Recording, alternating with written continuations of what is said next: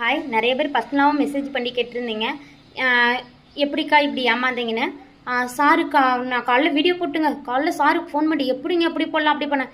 ஏங்க அவங்க பொண்டாட்டி பேர் சொன்னேன்னா இல்லை ஊர் பேர் தான் சொன்னால், ஃபோன் நம்பர் தான் போட்டேன்னா, போடுறேன்னு சொன்ன உடனே அவ்வளோ ரோசம் வந்து பண்ணாங்களா. அமௌண்ட்டு கடைசி வரைக்கும் கொடுக்கலைங்க. அது எனக்கு தெரிஞ்சிருச்சு. இது ஒரு ஏமாத்து குறுப்புன்னு வேணால் நல்லாவே தெரிஞ்சிருச்சுங்க, ஏமாற்ற போகிறாங்கன்னு தெரிஞ்சிச்சு. அப்புறம் சார் தான் ஃபஸ்ட்லேருந்து சொல்ல சொன்னார். மேமு கிளாஸுக்கு வந்தாங்க, ஒரு நாள் தாங்க வந்தாங்க. அந்த ஒரு நாளிலேயே அதர் அகாடமி அவங்க ஃப்ரெண்டு போனாங்களாமாங்க. நம்ம ஈரோட்டில் தான் இருக்காமா அந்த அகாடமி.